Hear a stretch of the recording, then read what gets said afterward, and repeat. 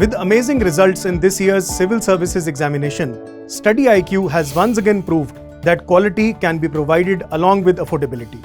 हमारे P2I यानी Prelims to Interview 2025 live batch में you will get 1000+ hours की live classes, 1-to-1 mentorship, daily answer writing practice, success in prelims crash course, 18 books covering all GS subjects, interview guidance program, and the most important, mains residential program where all prelims cleared students will be called to Study IQ campus in Delhi at no additional cost.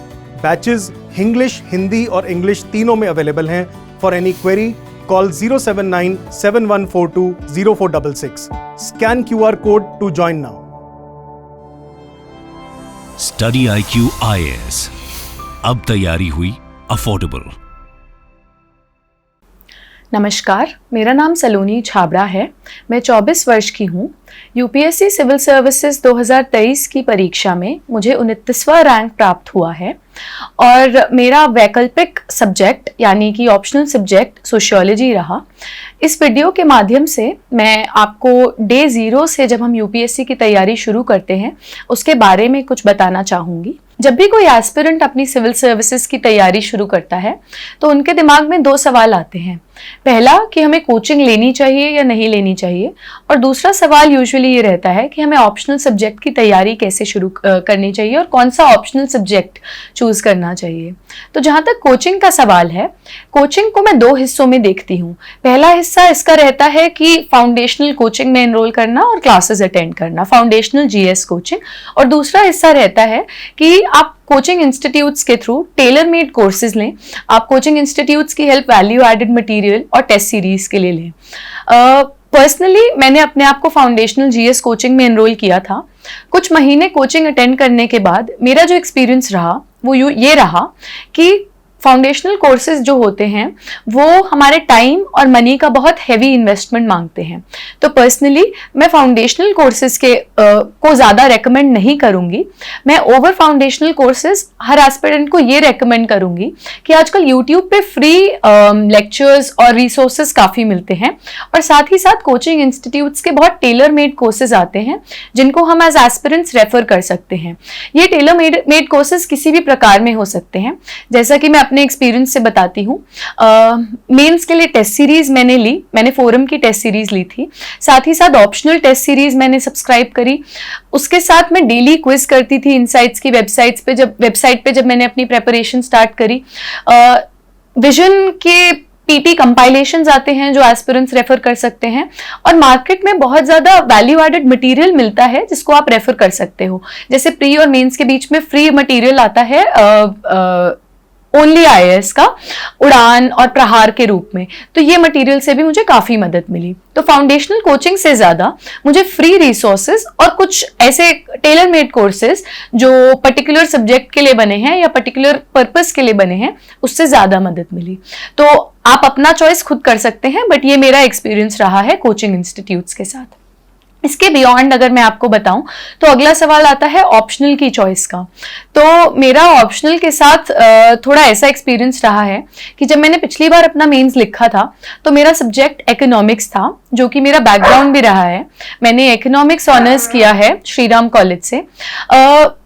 Despite having a background in the subject, मेरा economics optional में score बहुत अच्छा नहीं था, और उसके बाद मुझे ये रियलाइजेशन हुआ कि ऑप्शनल में इंटरेस्ट होना और ऑप्शनल में अच्छा स्कोर करना काफ़ी इंपॉर्टेंट है अगर आपको इस एग्जाम में अच्छी रैंक लानी है। तो उसके बाद मैंने ये डिसीजन लिया कि मैं अपना ऑप्शनल सब्जेक्ट चेंज करना चाहती हूँ। तो मैंने अपना ऑप्शनल सब्जेक्ट इकोनॉमिक्स से सोशियोलॉजी चूज किया। तो इस पूरे जर्नी से मुझे ये लर्निंग मिली कि अपने ऑप्शनल सब्जेक्ट में इंटरेस्ट होना, और इंटरेस्ट उस हद तक होना कि आप उस सब्जेक्ट को डेली पढ़ पाओ, आप उस सब्जेक्ट से रिलेटेड क्वेश्चंस डेली अटेम्प्ट करना चाहो, वो बहुत इंपॉर्टेंट है। तो आप जब अपना ऑप्शनल सब्जेक्ट चूज करते हैं तो सबसे पहले आप उस सब्जेक्ट का सिलेबस देखें। सिर्फ सिलेबस देखना ही काफ़ी नहीं, आप उस सब्जेक्ट के पास्ट ईयर पेपर्स निकाल कर देखें। और वहां पर भी रुकने की बजाय मैं आपको ये रेकमेंड करूंगी, आप कुछ टॉपर्स की कॉपीज देखें कि किस प्रकार से उस सब्जेक्ट की डिमांड है और वो सब्जेक्ट आपसे क्या डिमांड करता है कि आप कैसे उस सब्जेक्ट के आंसर्स लिखेंगे।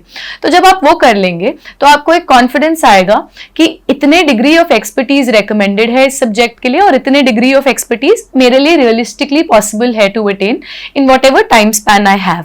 एंड आई वुड से कि कुछ सब्जेक्ट्स बल्कि रहते हैं और कुछ सब्जेक्ट्स शॉर्टर रहते हैं, तो आप वो भी देख सकते हैं कि बल्क कितना है किसी सब्जेक्ट में before choosing an optional. But largely आप प्लीज अपना इंटरेस्ट को ध्यान में रखें। I learned it the hard way, but please choose your optional very very wisely. अब बात आती है तैयारी शुरू करने की। तो कोई भी कैंडिडेट अगर डे 0 से तैयारी शुरू करता है, मान लीजिए आपको अगले जून में या अगले मई में एग्जाम देना है और आप इस मई से तैयारी शुरू करते हैं, तो क्योंकि सिलेबस इतना वास्ट है तो इट इज़ नेचुरल कि हम थोड़ा लॉस्ट फील करते हैं। तो अपने एक्सपीरियंस से मैं ये बोलना चाहूँगी कि हमें तैयारी हमेशा पहली बात static part of the syllabus से स्टार्ट करनी है। करंट के पीछे बहुत शुरुआत में जब आप जस्ट तैयारी शुरू कर रहे हैं उस टाइम पे नहीं भागना है। आप एक न्यूज़पेपर रीडिंग की आदत डाल सकते हैं, आप 1-2 महीने उस न्यूज़पेपर को पढ़िए, बट एकदम तैयारी की शुरुआत में जो अगर हम नोट्स बना भी लेते हैं न्यूज़पेपर से तो ज़्यादा वो किसी काम के नहीं होते। 1-2 महीने जब आप एग्जाम को, उसके सिलेबस को, उसकी डिमांड को समझ लेते हैं, उसके बाद नोट मेकिंग ज़्यादा यूजफुल रहती है। स्टैटिक में भी हमारे पास बहुत सारे सब्जेक्ट्स हैं, कुछ सब्जेक्ट्स काफ़ी डायनेमिक रहते हैं जैसा कि साइंस एंड टेक, एनवायरनमेंट, तो ऐसे सब्जेक्ट्स हमें यूजुअली बाद में पिक करने चाहिए। पहले हमें सब्जेक्ट्स जैसे कि पॉलिटी हो गया, हिस्ट्री हो गया, ये कवर करने की कोशिश करनी चाहिए। मुझे पर्सनली लगता है कि पॉलिटी के लिए क्योंकि एक सोर्स है लार्जली लक्ष्मीकांत का जो सोर्स है, तो आपको वो कवर कर लेना चाहिए। एक तो ये ईजी सोर्स है, दूसरी बात बहुत जल्दी आपको सेंस ऑफ कंप्लीशन आता है कि हमने इतना पार्ट ऑफ सिलेबस कवर कर लिया, बिकॉज वो मेंस और प्रीलिम्स दोनों के लिए पॉलिटी काफी क्रूशियल पार्ट है। तो इसलिए मैं रेकमेंड करूंगी कि आप लक्ष्मीकांत से अपनी शुरुआत कर सकते हैं और आप अपने बेसिक मटेरियल इसी रूप से पढ़ सकते हैं। सबसे पहले मान लीजिए आपने लक्ष्मीकांत कर ली पॉलिटी के लिए, तो आप उसके बाद अपने एंशिएंट, मिडीवल और मॉडर्न के सोर्सेस कर सकते हैं। मेरे सोर्सेस कुछ इस प्रकार थे। एंशिएंट और मिडीवल के लिए मैंने वाजीराम की येलो बुक रेफर करी। ये सोर्स यूजुअली लोग ओल्ड एनसीईआरटी रेफर करते हैं, बट मैं रेकमेंड करूंगी कि वाजीराम येलो बुक में काफी शॉर्ट तरीके से आपको ये जो दोनों सब्जेक्ट हैं वो कवर हो जाते हैं। इसके साथ मैंने प्रतीक नायक सर के यूट्यूब पे मैराथन लेक्चर्स देख लिए थे ताकि एक स्टोरी बन जाए दिमाग में। इसके बाद मॉडर्न के लिए जो मेरा सोर्स रहा वो स्पेक्ट्रम की किताब थी। फाइन आर्ट्स के लिए मैं नितिन सिंघानिया ज्यादा रेकमेंड नहीं करूंगी क्योंकि बहुत ही बल्कि सोर्स है। मैंने वो बुक खरीदी थी बट मैं पढ़ नहीं पाई थी उस बुक को, तो मैंने फाइन आर्ट्स की एनसीईआरटी करी। साथ ही मैंने यूट्यूब लेक्चर्स और थोड़े आई थिंक उड़ान मैंने रेफर करी थी सिलेक्टिवली, तो मैंने ये सब चीजें फाइन आर्ट्स के लिए करी। तो मैं चाहूंगी कि आप इस चीज का ध्यान में रखें बुक्स खरीदने से पहले कि किस प्रकार के क्वेश्चंस यूपीएससी पूछ रहा है और उसका जो इनपुट आउटपुट रेशियो है वो किस प्रकार का है। तो आर्ट एंड कल्चर में स्पेसिफिकली मुझे कुछ किताबों का इनपुट आउटपुट उतना नहीं लगा, तो मैंने अपने रिसोर्सेज बेयर मिनिमम रखे। इसके बाद आता है इकोनॉमिक्स। इकोनॉमिक्स क्योंकि मेरा बैकग्राउंड रह चुका है तो मैंने इसके लिए बहुत ज्यादा बल्कि चीजें रेफर नहीं करी। मैंने सिलेक्टिवली विवेक सिंह सर की बुक को रेफर किया, उनके टेलीग्राम चैनल को रेफर किया एंड साथ ही मैंने राउस की कंपस को देखा। तो आप चाहें तो विवेक सर की पूरी किताब पढ़ सकते हैं। मुझे जितना भी मैंने पढ़ा मुझे वो किताब अच्छी लगी, तो आप ये सोर्स अपना प्राइमरी बना सकते हैं इसके लिए। इसके बाद जो आता है वो सब्जेक्ट हमारे हैं ज्योग्राफी। ज्योग्राफी के लिए आप बेसिक एनसीईआरटीज कर सकते हैं, बट कुछ ऐसे इसमें भी क्लाइमेटोलॉजी और ओशेनोग्राफी आप बहुत अच्छे से कर लीजिए। फिजिकल ज्योग्राफी को अच्छे से कवर करना काफी इंपॉर्टेंट है। मैपिंग कवर करना, रिवर्स, माउंटेन्स, ये सब भी मुझे काफी इंपॉर्टेंट लगता है। ज्योग्राफी का एक मेजर पार्ट ह्यूमन ज्योग्राफी और इकोनॉमिक ज्योग्राफी है, तो एनसीईआरटीज में हालांकि कुछ ना कुछ पार्ट तक आप वो कवर कर सकते हैं, बट मैं इंटरनेट रिसोर्सेज रेकमेंड करना चाहूंगी। पीएमएफ यूज कर सकते हैं आप, थोड़ा ऑनलाइन सर्च कर सकते हैं वेरियस क्रॉपिंग पैटर्न्स, आपको टेलीग्राम पे कोई पीडीएफ मिल जाए। तो मुझे अपना एग्जैक्ट सोर्सेज इसके लिए याद नहीं है, बट इट्स वेरी इंपॉर्टेंट कि आप एग्रीकल्चर पार्ट बहुत अच्छे से कवर करें, क्योंकि ये काफी इंपॉर्टेंट पार्ट रहता है और हर बार कुछ ना कुछ क्वेश्चंस इससे आते हैं। न्यू एग्रीकल्चरल के जो मेथड्स आ रहे हैं या फिर वेरियस क्रॉप्स के क्रॉपिंग पैटर्न्स जो रहते हैं, ये वाला पार्ट आप कवर कर सकते हैं। इसके बाद साइंस एंड टेक आता है। ये मैंने लार्जली पीटी 365 से करा, बट एक बेस बनाने के लिए पीएमएफ की एक पीडीएफ आती है, 50 to 100 पेजेस की थी। उस पीडीएफ में जो वेरियस टेक्नोलॉजीज हैं उसके बेसिक साइंस कवर्ड है। न्यूक्लियर टेक्नोलॉजी का बैकग्राउंड थोड़ा बहुत समझा देते हैं, नैनो टेक्नोलॉजी, बायोटेक्नोलॉजी। तो वो क्योंकि मेरा साइंस का बैकग्राउंड नहीं था, मैंने एक कर्सरी ग्लांस लिया, and for people who don't have a background वो उस पीडीएफ को देख सकते हैं। इसके बाद एनवायरमेंट आता है। एनवायरमेंट के लिए मैंने एक बार वाजीराम की येलो बुक पढ़ी थी, बट मुझे थोड़ा सा बल्कि सोर्स लगा वो, तो मैंने रिविजन अपना उड़ान से किया और उसके साथ साथ मैंने यूट्यूब पे लेक्चर्स देखे एंड पास्ट ईयर पेपर्स के थ्रू एक वो माइंडसेट कल्टिवेट कर लिया क्वेश्चन सॉल्व करने वाला। बट इसमें जरूरी है कि आप नेशनल पार्क्स बहुत अच्छे से कवर करें and major species and news जो रहती हैं वो भी आप कवर कर सकते हैं। बहुत ज्यादा स्पीसीज याद करने का ज्यादा फायदा नहीं रहता, बट मेजरली आप इस चीज को कर सकते हैं। तो जब हम एक बार ये सारे सोर्सेज कवर कर लेते हैं, बेसिक सोर्सेज, अपनी बुक लिस्ट बेयर मिनिमम रखने की कोशिश कीजिए। जरूरी नहीं है कि जो मैंने बुक्स रेफर करी आप भी वही बुक्स रेफर करें। आपका जो भी सोर्स है आप उसको बहुत रिगरसली करें, मल्टीपल टाइम्स रिवाइज करने की कोशिश करें। तो पहली बार अगर मान लीजिए आप मई में तैयारी शुरू कर रहे हैं, तो आप कोशिश कीजिए कि आप अगस्त सितंबर तक अपनी एक रीडिंग सारी बुक्स की कंप्लीट करें। ये वो भी टाइम है कि आप अपना ऑप्शनल उठा सकते हैं। आप करंट अफेयर्स बहुत अच्छे से समझ सकते हैं इस टाइम तक, क्योंकि आपकी बेसिक बुक्स एक बार हो गई हैं और आपने पास्ट ईयर पेपर्स सिलेबस को देख चुके हैं। तो आपको समझ आएगा कि न्यूज़पेपर्स में से क्या रेलेवेंट है जो पिक करना है। तो आप ऑप्शनल पिक कर लीजिए अगस्त सितंबर तक और उसको ट्राई करिए कि 4-5 महीने में कवर करें। मेरा ऑप्शनल जो सोशियोलॉजी था वो छोटा ऑप्शनल था, 3-4-5 महीने की रिगरस प्रेप के साथ वो ऑप्शनल काफी अच्छे से किया जा सकता है।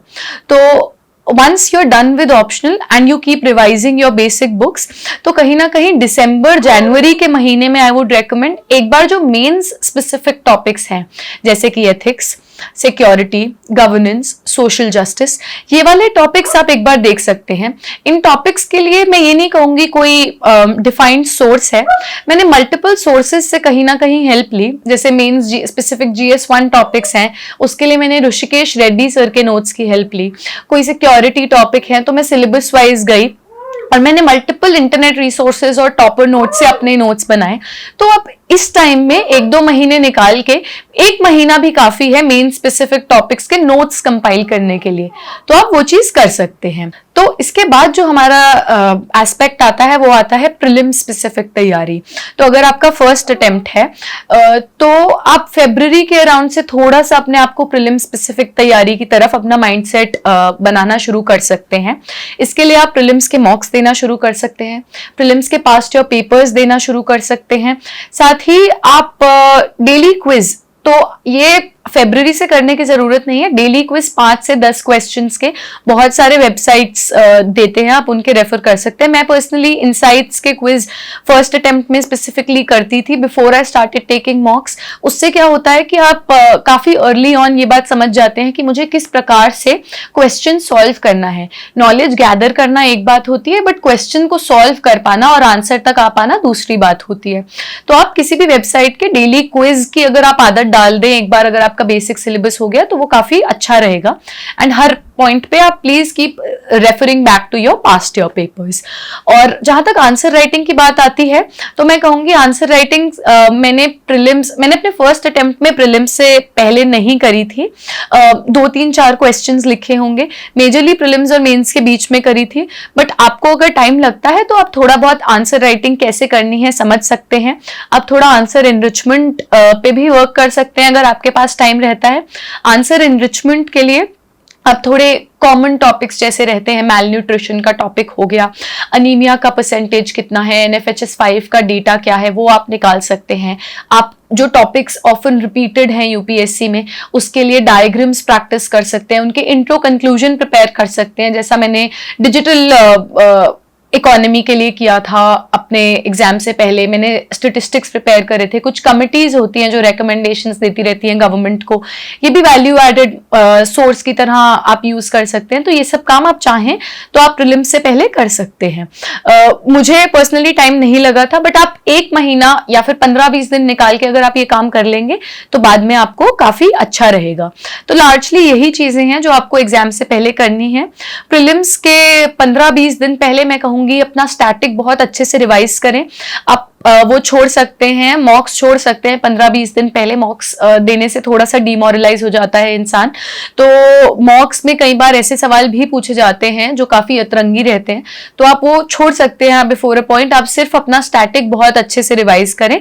तो ये मेरा मैसेज रहेगा प्रीलिम्स से पहले। एंड प्रीलिम्स एंड मेंस के बीच में तो लार्जली आंसर राइटिंग है एंड लॉट्स ऑफ रिविजन। तो लार्जली 1 साल की स्ट्रैटेजी मेरे हिसाब से ये रहनी चाहिए किसी भी एस्पिरेंट की। बट मैं इस डिस्क्लेमर के साथ आपको बताना चाहूंगी, वाइंड अप करना चाहूंगी कि आप अपने ऊपर भरोसा रखें। किसी भी टॉपर को बहुत ज्यादा स्ट्रिक्टली या बहुत ज्यादा ब्लाइंडली कॉपी ना करें। आपको अपने सोर्सेस पर और अपनी स्ट्रैटेजी पर कॉन्फिडेंस होना चाहिए और उसी तरीके से करें।